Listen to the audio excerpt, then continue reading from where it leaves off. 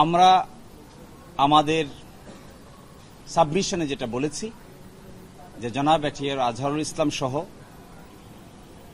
মাওলানা মতিউর রহমান নিজামী, জনাব কামরুজ্জামান, জনাব আলী হাসান মোহাম্মদ মুজাহিদ, জনাব মীর কাশেম আলী, সালাউদ্দিন কাদের চৌধুরী সকলেই সিন্ডিকেটেড ইনজাস্টিসের শিকার হয়েছেন এবং জনাব কাদের মোল্লা সহ সকলেই একটি সংঘবদ্ধ অন্যায় অবিচারের শিকার হয়েছেন। এই সিন্ডিকেট কারা ছিলেন, কিভাবে ছিলেন তা আমরা আদালতে আজকে উপস্থাপন করেছি এবং আমরা একজনের স্বীকারোক্তিমূলক জবানবন্দি যা তার বইয়ে তিনি উল্লেখ করেছেন সেটাও আদালতে উপস্থাপন করেছি। আমরা মনে করি এই রায়ের মাধ্যমে যদি আমাদের আপিলেট ডিভিশন জনাব এটিএর আজহারুল ইসলাম সাহেবকে বেকসুর খালাস প্রদান করেন তাহলে জুডিশিয়াল কিলিং এর যে নমুনা এই দেশে প্রতিষ্ঠিত হয়েছিল এই কলঙ্ক থেকে আমাদের বিচার বিভাগ আংশিক হলেও মুক্ত হবেন এবং আমরা এক্সপেক্ট করি আমাদের দেশের সর্বোচ্চ আদালত আপিল বিভাগের পূর্ণাঙ্গ বেঞ্চ জনাব এটিএম আজহারুল ইসলাম সাহেবকে বেকসুর খালাস প্রদান করবেন। আমরা এটাও মনে করি যে নজিরবিহীন নির্যাতন এবং নিপীড়নের মধ্য দিয়ে বাংলাদেশ জামায়াতে ইসলামী পার করেছে, এই রায়ের মধ্য দিয়ে সকলের মধ্যেই নতুন করে প্রাণ সঞ্চার হবে এবং এইভাবে বিচার বিভাগীয় কলঙ্কের মাধ্যমে কোন একটা রাজনৈতিক দলকে অন্যায় অত্যাচার এবং নিপীড়নের শিকার করা যায়, বাংলাদেশ জামায়াতে ইসলামী এই দেশে তার একটা ক্লাসিক এক্সাম্পল।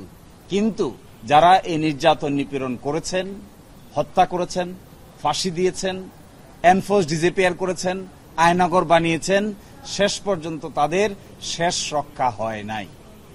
এখান থেকে সকলেরই শিক্ষা নেওয়ার বিষয় আছে। সকলকে এখান থেকে শিক্ষা নিতে হবে যে নির্যাতনের রাস্তা, নিপীড়নের রাস্তা শেষ পর্যন্ত ভালো ফল বয়ে আনে না।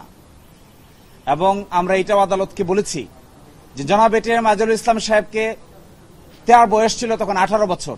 18 বছর একজন বয়সের ইন্টারমিডিয়েটের ছাত্রকে তারা কমান্ডার বানিয়ে সাজা দিয়েছেন, যেখানে ট্রাইব্যুনাল তাকে কমান্ডার হিসেবে উল্লেখ করেন নাই, কিন্তু আপিলেট ডিভিশন নিজ উদ্যোগে তাকে কমান্ডার হিসেবে আন্ডার সেকশন 4 সাবসেকশন 2-তে সাজা দিয়েছেন। এবং আরো ইন্টারেস্টিং বিষয়, আইনে যে ক্রস এক্সামিনেশন করার সুযোগ ছিল সেই সুযোগটি আমাদের আপিল বিভাগ চিরতর বন্ধ করে দিয়েছিলেন। আমরা কন্ট্রাডিকশন নিতে পারতাম না। আজকে আমরা এটাও দেখিয়েছি, গতকাল পরশুদিনে দেখিয়েছিলাম 6 কিলোমিটার দূর থেকে দেখছে, 3.5 কিলোমিটার দূর থেকে দেখছে, একজনের ডান হাতে আরেকজনের ডান গালে থাপ্পড় মেরে দিচ্ছে, বাম গালে থাপ্পড় মেরে দেওয়ার কথা সেটি ডান গালে থাপ্পড় মেরে দিচ্ছে। এই সমস্ত ইনক্রেডিবল এভিডেন্স, অবিশ্বাস্য এভিডেন্স, অযৌক্তিক সাক্ষ্য প্রমাণের উপর ভিত্তি করে জনাব এটিএর আজহারুল ইসলাম সাহেবকে মৃত্যুদণ্ড প্রদান করেছেন। এই ক্ষেত্রে যিনি মাইনরিটি জাজ ছিলেন ম্যাডাম জাস্টিস জিনাতারা, তিনি কমপ্লিটলি এই সমস্ত অন্যায় অবিচারের বিচারিক প্রতিবাদ করেছিলেন, কিন্তু সেই বিচারিক প্রতিবাদ তখন কেউ শোনার ছিল না।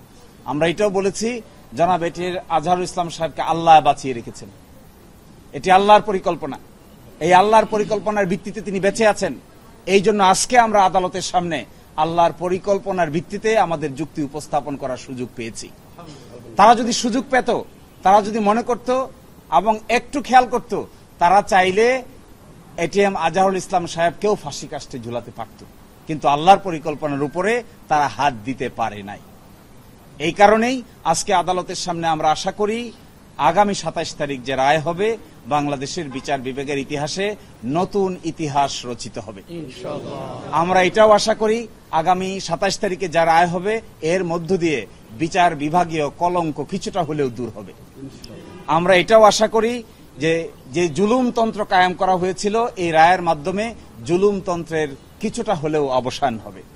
এবং আমরা এটা এক্সপেক্ট করি সিন্ডিকেটেড ইনজাস্টিস যারা করেছেন, এই সিন্ডিকেটেড ইনজাস্টিসের সঙ্গে যারা জড়িত ছিলেন, সময়ের ব্যবধানে একদিন না একদিন তারাও বিচারের সম্মুখীন হবেন ইনশাআল্লাহ। তিনি তার বই দ্য ব্রোকেন ড্রিম চ্যাপ্টার 9 সেখানে তিনি স্বীকার করেছেন যখন ট্রাইব্যুনাল প্রতিষ্ঠা করা হবে তখন ওখানে মতদ্বৈততা হচ্ছিল, তখন তিনি সিক্রেটলি দেন প্রাইম মিনিস্টারের সঙ্গে দেখা করেন, তাকে বোঝান এবং রাজি করেন। একজন আপিল বিভাগের জজ কি করে প্রধানমন্ত্রীর সাথে সিক্রেট মিটিং করে মানুষকে ফাঁসি দেওয়ার পরিকল্পনা করতে পারেন, তিনি তার বইয়ে নিজেই তা স্বীকার করেছেন।